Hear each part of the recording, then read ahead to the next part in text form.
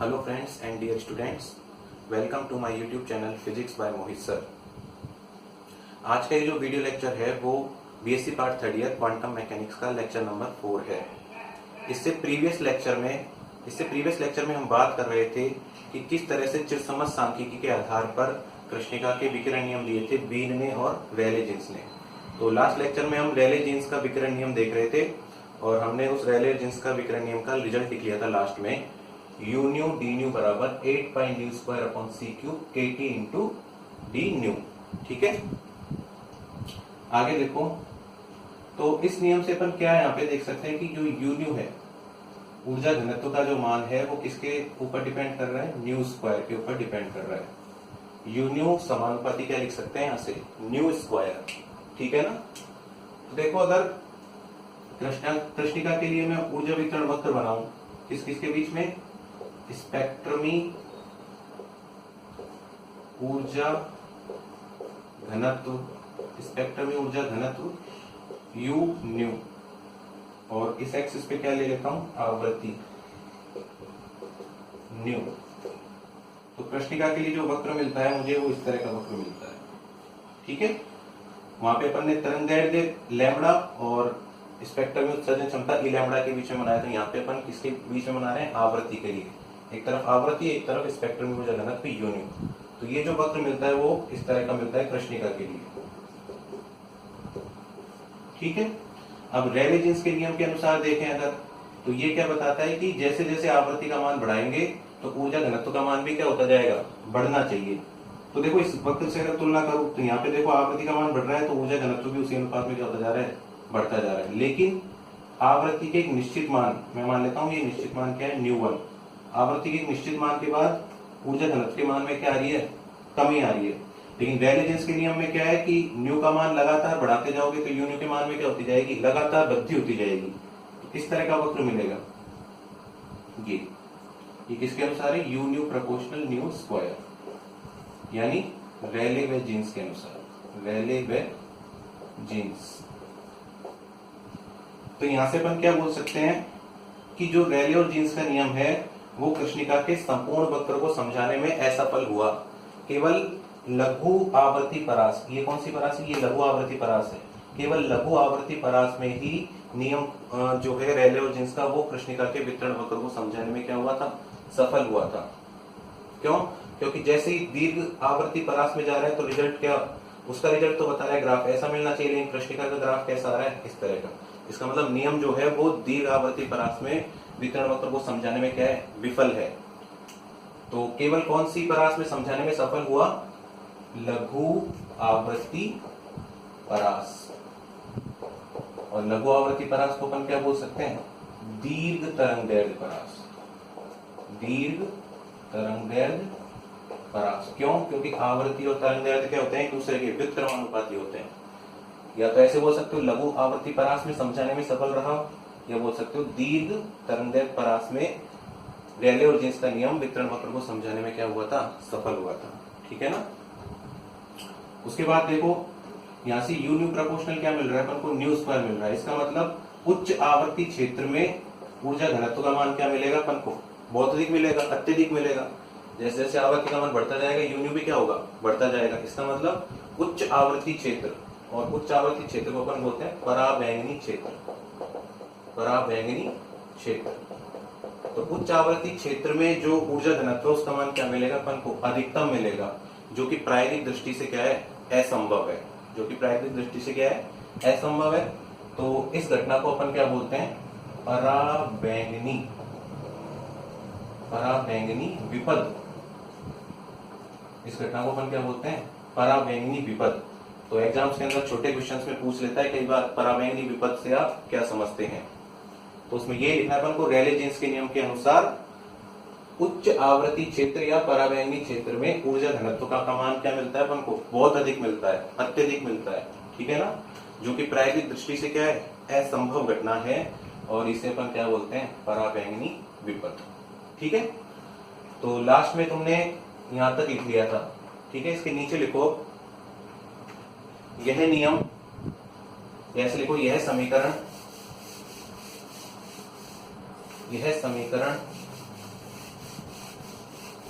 यह समीकरण रेले व जीन्स के विकिरण नियम को, यह समीकरण रेले व जीन्स के विकिरण नियम को, यह समीकरण रेले व जीन्स के विकिरण नियम को प्रदर्शित करती है। यह समीकरण रेले व जीन्स के विकिरण नियम को प्रदर्शित करती है। लिखो, यह नियम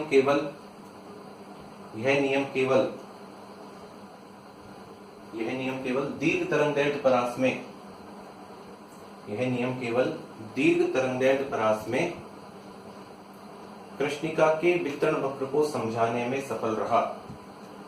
यह नियम केवल दीर्घ तरंगदैर्घ्य परास में कृष्णिका के वितरण वक्र को समझाने में सफल रहा।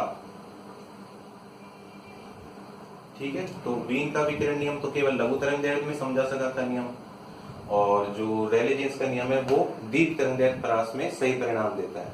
ठीक है ना। तो आगे लिखो, चूंकि यूनियू प्रोपोर्शनल न्यू स्क्वायर, चूंकि यूनियू प्रोपोर्शनल न्यू स्क्वायर लिखो,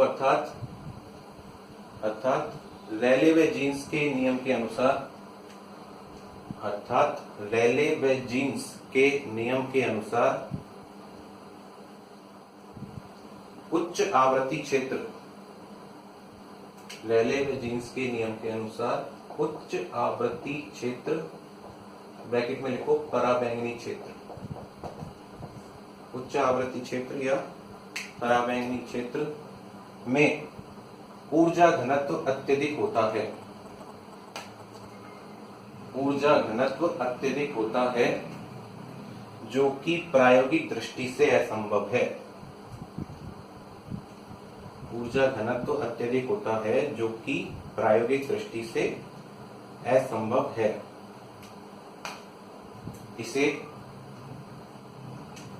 इसे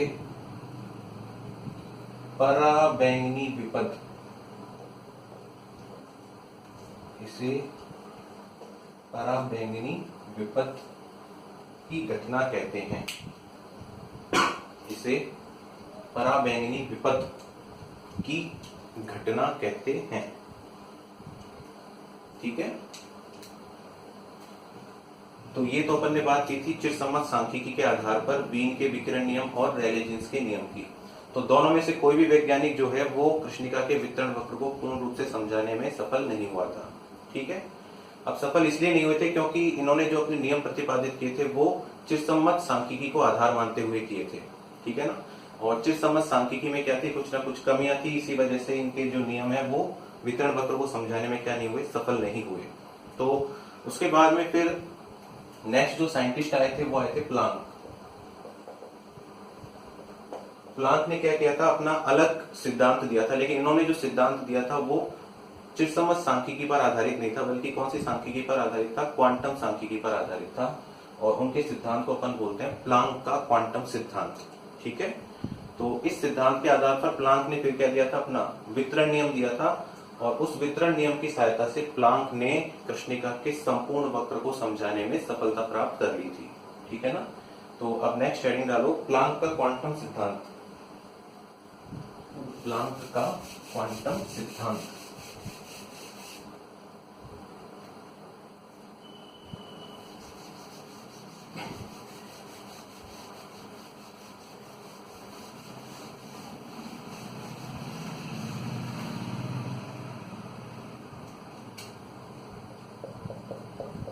प्लांक का क्वांटम सिद्धांत। प्लांक का क्वांटम सिद्धांत इंपॉर्टेंट है। प्लांक का क्वांटम सिद्धांत। ठीक है,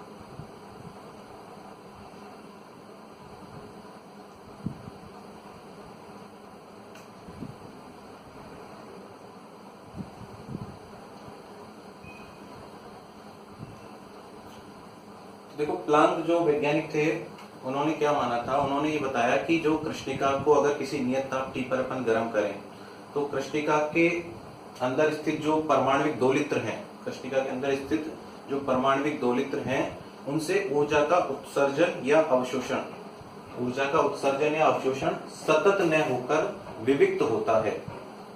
ऊर्जा का उत्सर्जन या अवशोषण सतत न होकर विविक्त होता है। ठीक है।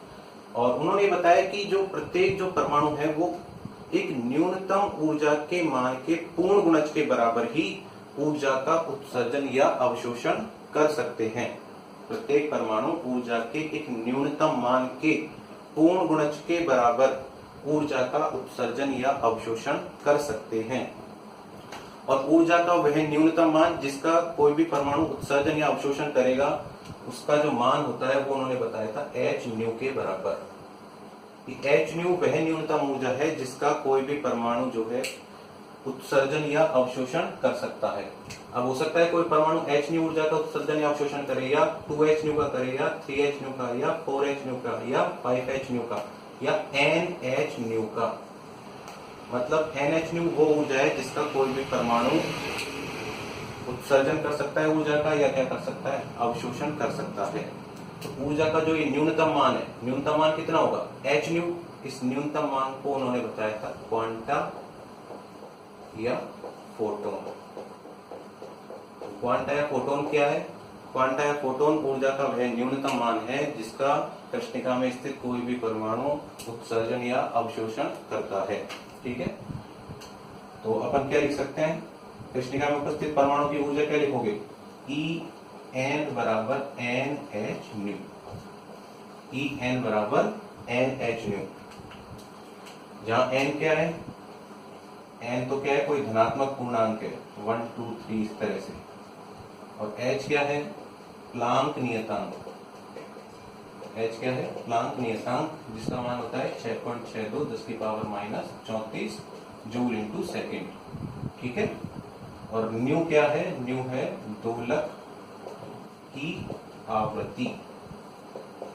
न्यू क्या है, दोलक की आवृत्ति। ठीक है। तो ये जो समीकरण आई है इसी समीकरण को क्या बोलते हैं अपन, प्लांक का क्वांटम नियम या प्लांक का क्वांटम सिद्धांत। ठीक है ना। तो प्लांक ने क्या माना था, क्या चेंज किए थे कि चिरसमझ सांख्यिकी में तो ये मानते थे कि कृष्णिका से उत्सर्जित ऊर्जा जो होती है वो सतत रूप में होती है, लेकिन इन्होंने ये बताया कि जो ऊर्जा का उत्सर्जन या अवशोषण होता है वो सतत नहीं होता बल्कि कैसा होता है, विविक्त। मतलब ऊर्जा के एक बंडल या ऊर्जा के छोटे छोटे पैकेट के रूप में होता है। ठीक है ना। और ऊर्जा का एक न्यूनतम पैकेट उसको उन्होंने क्या नाम दिया था, क्वांटा या फोटोन नाम दिया था। किससे प्रदर्शित किया था, h न्यू से। ठीक है। तो En बराबर NH न्यू ये जो रिजल्ट है इसी को अपन क्या बोलते हैं, प्लांक का क्वांटम सिद्धांत। तो हेडिंग डाल के लिखो प्लांक का क्वांटम सिद्धांत। लिखो प्लांक के अनुसार प्लांक के अनुसार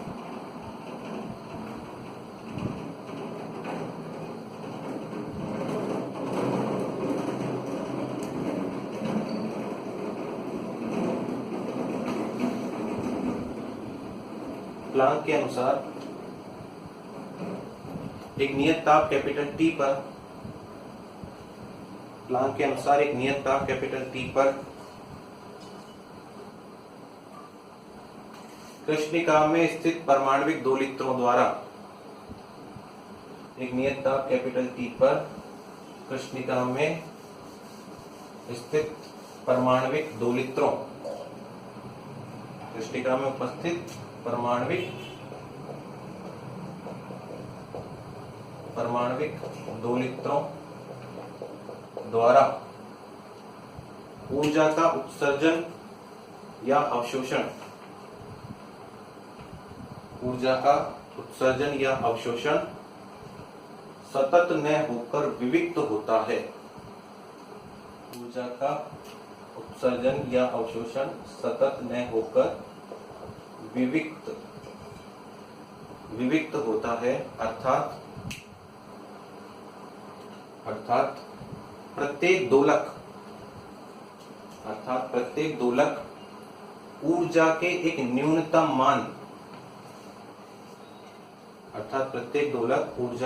न्यूनतम मान,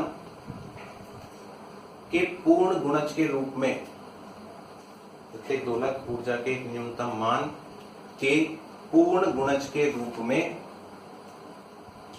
पूर्ण गुणज के रूप में ऊर्जा का उत्सर्जन या अवशोषण करता है, ऊर्जा का उत्सर्जन या अवशोषण करता है। देखो, ऊर्जा का यह न्यूनतम मान, ऊर्जा का यह न्यूनतम मान,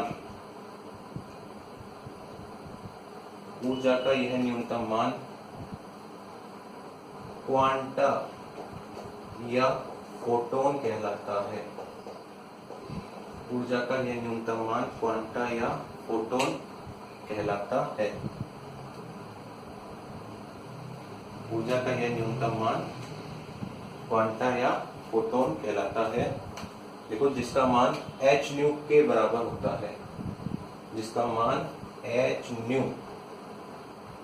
जिसका मान h न्यू के बराबर होता है।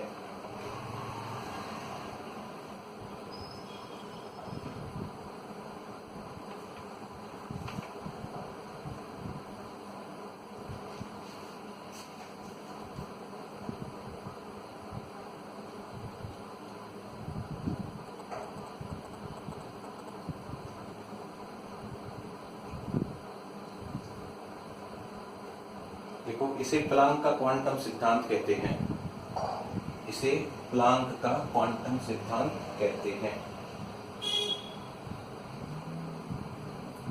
इसे प्लांक का क्वांटम सिद्धांत कहते हैं। ऐसे लिख लो फिर, अर्थात En बराबर NH न्यू, अर्थात En बराबर NH न्यू। देख लो, यहाँ n धनात्मक पूर्णांक है 1 2 3, h प्लांक नियतांक और न्यू दोलक की आवृत्ति है। ठीक है,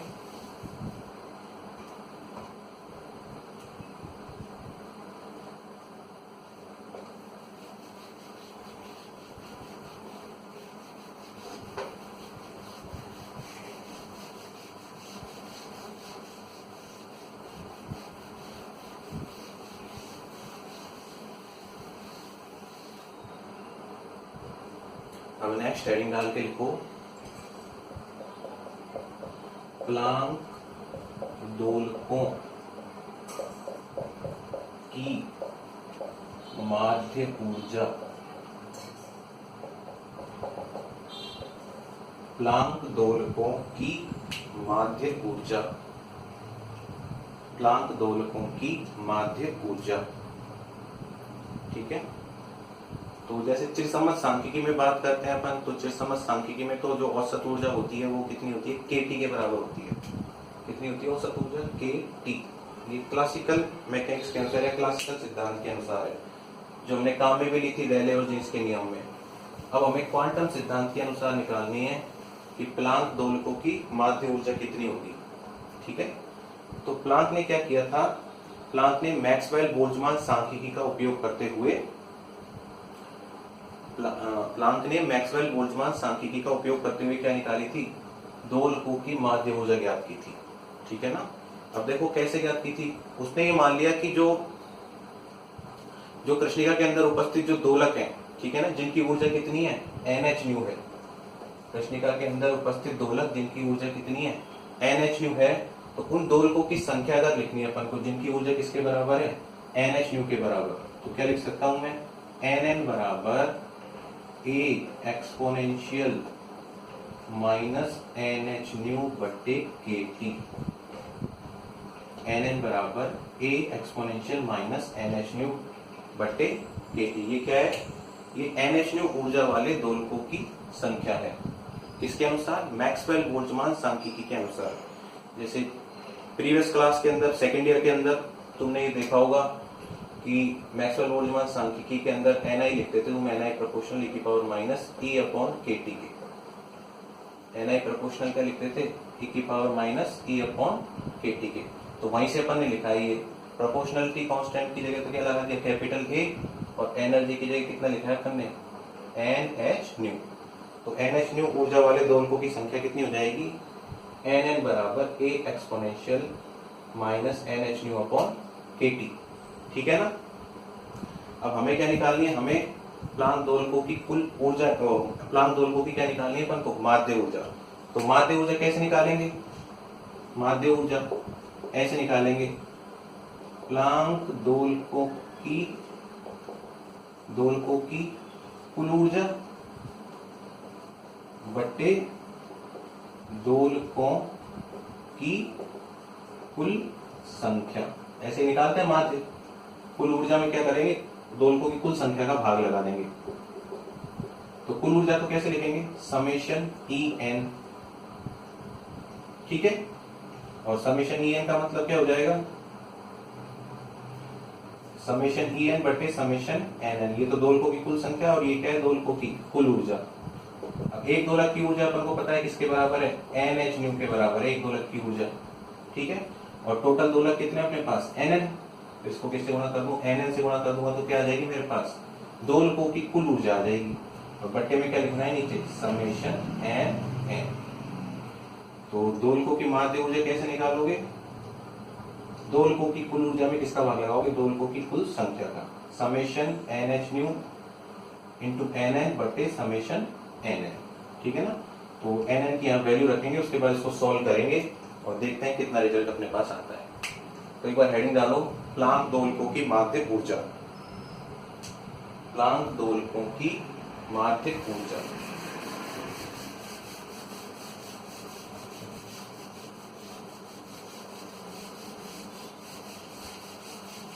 तो प्लांक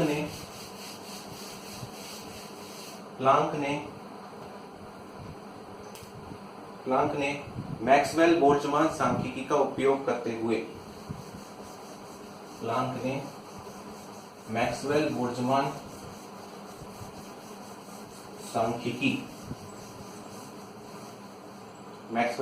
सांख्यिकी का उपयोग करते हुए दोलकों की माध्य ऊर्जा की गणना की, उपयोग करते हुए दोलकों की माध्य ऊर्जा की गणना की।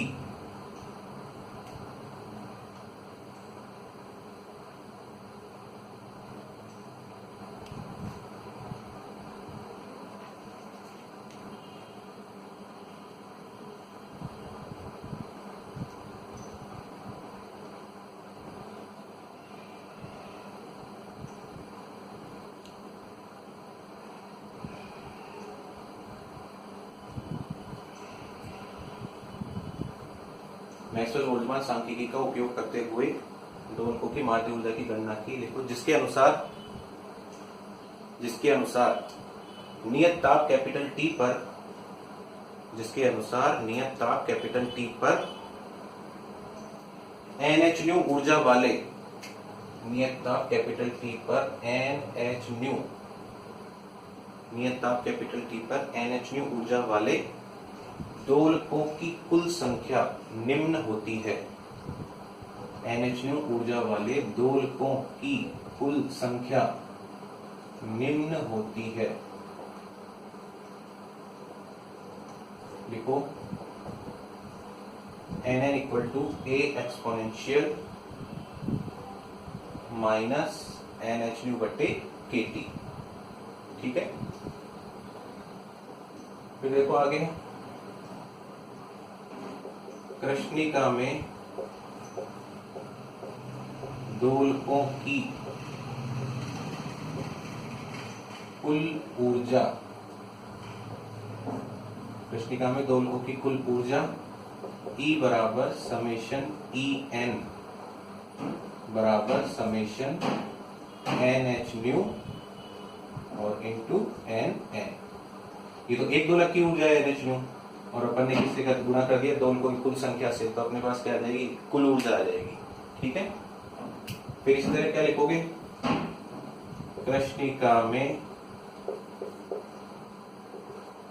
दोलकों की कुल संख्या, दोलकों की कुल संख्या क्या लिखोगे, n बराबर समेशन एन एन, n बराबर समेशन एन एन। ठीक है, तो फिर लिखोगे अतः दोलकों की औसत ऊर्जा, अतः दोलकों की औसत ऊर्जा बराबर दोलकों की कुल ऊर्जा बटे दोलकों की कुल संख्या, दोलकों की कुल ऊर्जा बटे दोलकों की कुल संख्या। एवरेज ऑफ ई बराबर कुल ऊर्जा कितनी है, समेशन NH न्यू NN बटे समेशन NN, ठीक है ना। इसको समीकरण 1 डाल देना NN को। अब लिखोगे समीकरण 1 से NN का मान रखने पर, समीकरण 1 से NN का मान रखो, इसमें मान रखना है NN का, क्या आएगा देखो,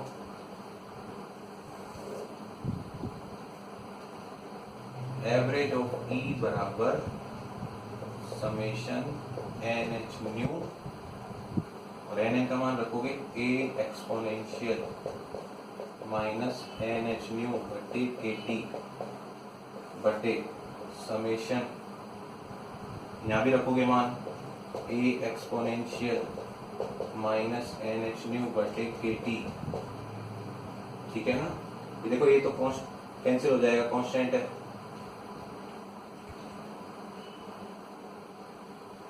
ये कैंसिल हो जाएगा अपने पास। फिर आगे देखो माना एच न्यू बटे KT बराबर x, एच न्यू बटे KT को क्या मान लिया मैंने x,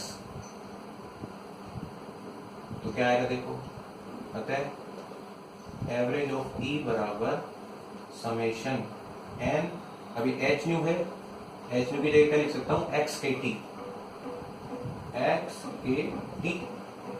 एक्सपोनेंशियल, यहाँ कितना आएगा माइनस का n, और एच न्यू बटे KT की जगह क्या लिखना है x बटे समेशन एक्सपोनेंशियल माइनस NX,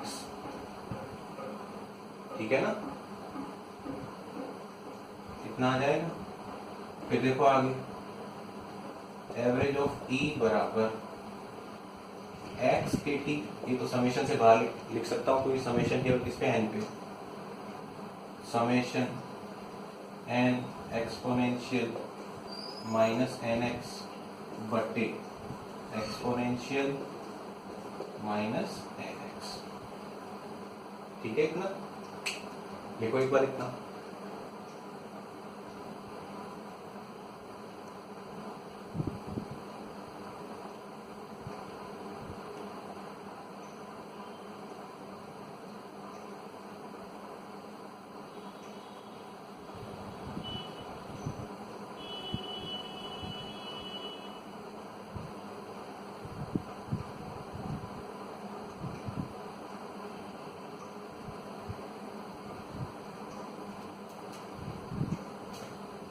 आगे देखो,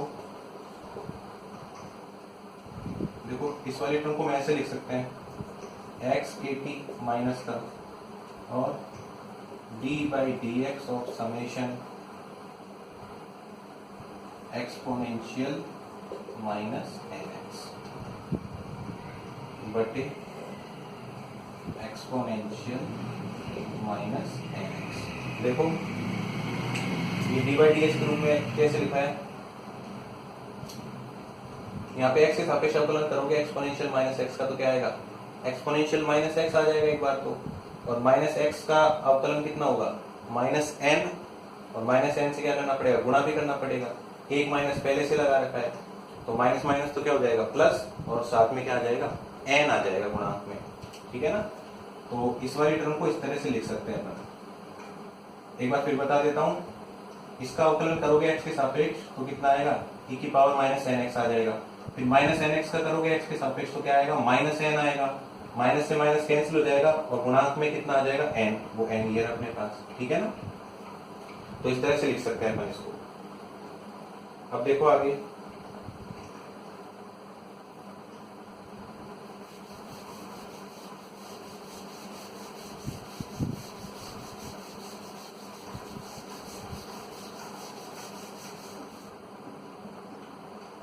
देखो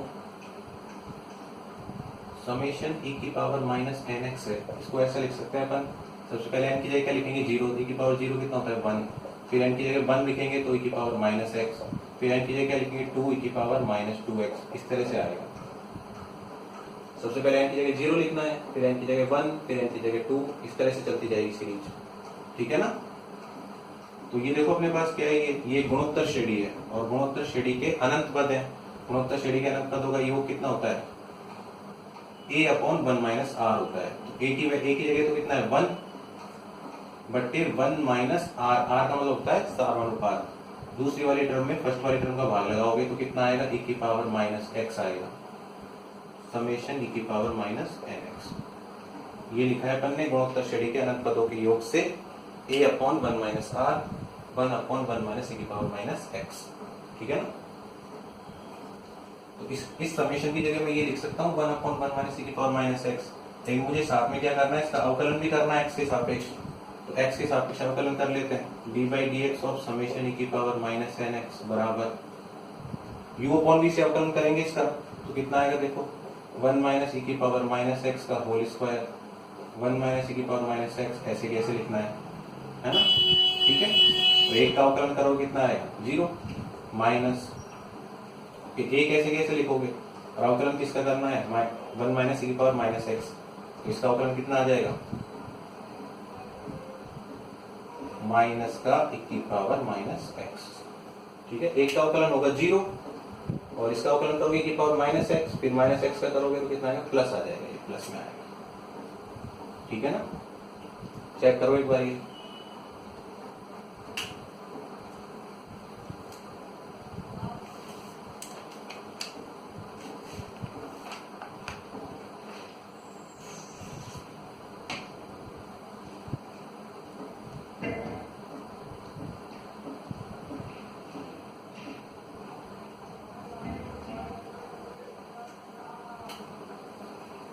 ठीक है, ये तो जीरो से मल्टीप्लाई हो रहा है, कितना आएगा, D by D X of summation e की पावर माइनस एन एक्स बराबर माइनस हो जाएगा, ये माइनस का e की पावर माइनस एक्स बटे वन माइनस e की पावर माइनस एक्स का होल स्क्वायर। इस D by D x summation e की पावर माइनस एन एक्स जो है, इसकी जगह वैल्यू रख देंगे यहाँ पे। और नीचे क्या है, समेशन e की पावर माइनस एक्स, उसकी जगह ये वैल्यू रख देंगे, ठीक है ना।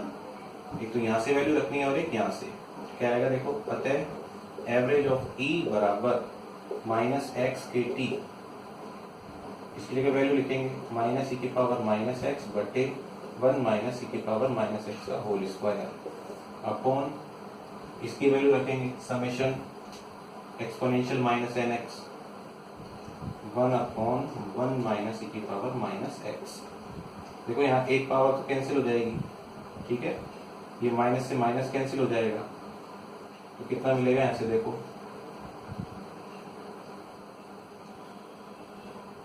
एक्स के टी इंटू ई की पावर माइनस एक्स बटे वन माइनस ई की पावर माइनस एक्स, ये मिल जाएगा। अब क्या करता हूं मैं, अंश और हर में भाग लगा रहा हूं ई की पावर माइनस एक्स का, अंश और हर में ई की पावर माइनस एक्स का भाग लगा रहा हूं। तो देखो भाग लगाओगे तो कितना आएगा, एवरेज ऑफ ई बराबर एक्स के टी, ई की पावर माइनस एक्स का भाग लगाएंगे तो कट जाएगा, यहाँ पे ई की पावर माइनस एक्स का भाग लगाऊंगा वन में, तो ऊपर लिखूंगा तो क्या लिखूंगा, ई की पावर प्लस का एक्स, यहाँ पे भाग लगाऊंगा तो एक ई की पावर माइनस एक्स कैंसिल हो जाएगा, ये आ जाएगा अपने पास, ठीक है ना। अब देखो एक्स अपन ने क्या माना था, एच न्यू बटे के टी माना था, तो फिर से एक्स की जगह वैल्यू लिख दो, एवरेज ऑफ ई बराबर एच न्यू बटे के टी इंटू के टी बटे ई की पावर एक्स की जगह यहाँ भी लिखो value H nu upon K T minus one, के टी से के टी कैंसिल हो जाएगा, एवरेज ऑफ ई बराबर एच न्यू बटे ई की power H nu upon K T minus one.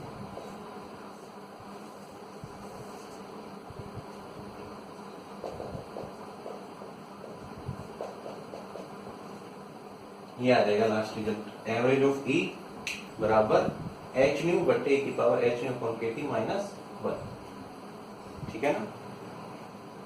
या इसको आवृत्ति के रूप में भी लिख सकते हो, सॉरी तरंग दैर्घ्य के रूप में भी लिख सकते हो। कैसे लिखोगे तरंग दैर्घ्य के लिए, एवरेज ऑफ ई बराबर एच, न्यू बराबर क्या होता है सी बाई लैम्बडा, ठीक है ना। तो न्यू की जगह कितना लिखोगे C by lambda, H C upon lambda बटे ई की power H C upon lambda K T minus 1, या एवरेज ऑफ ई बराबर एच सी बटे लैम्बडा ई की power H C upon lambda K T minus 1।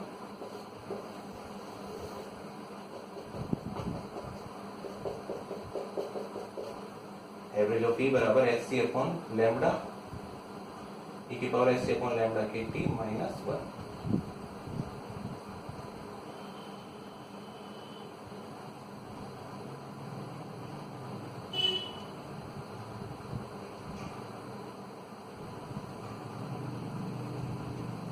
ठीक है, तो ये जो दो अपने पास समीकरण है, ये एवरेज ऑफ टी आवृत्ति के रूप में, एवरेज ऑफ टी तरंगदैर्घ्य के रूप में, ये किसको प्रदर्शित कर रही है, ये प्लांक दोलकों की माध्य ऊर्जा को प्रदर्शित करती है, ठीक है ना।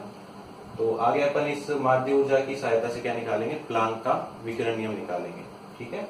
तो आज के लेक्चर में इतना ही रखते हैं, बाकी की बातें करेंगे हम अगले लेक्चर में, ठीक है। Thank you.